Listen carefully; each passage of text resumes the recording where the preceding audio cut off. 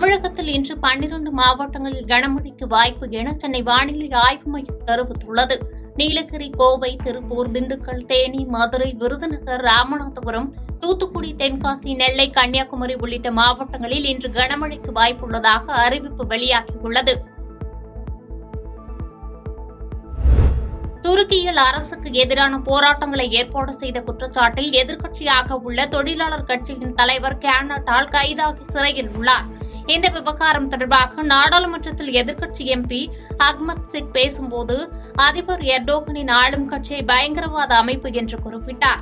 இதனால் ஆளும் கட்சி எம்பிக்கள் தரப்பில் கூச்சல் எழுந்தது. ஆத்திரத்தால் ஆளும் கட்சி எம்பி ஒருவர் திடீரென்று ஓடிச் சென்று பேசிக் கொண்டிருந்த அஹ்மத் சிக்கின் முகத்தில் தாக்கி கீழே தள்ளினார். தொடர்ந்து ஆளும் கட்சி மற்றும் எதிர்க்கட்சி எம்பிக்கள் கைகலப்பில் ஈடுபட்டனர்.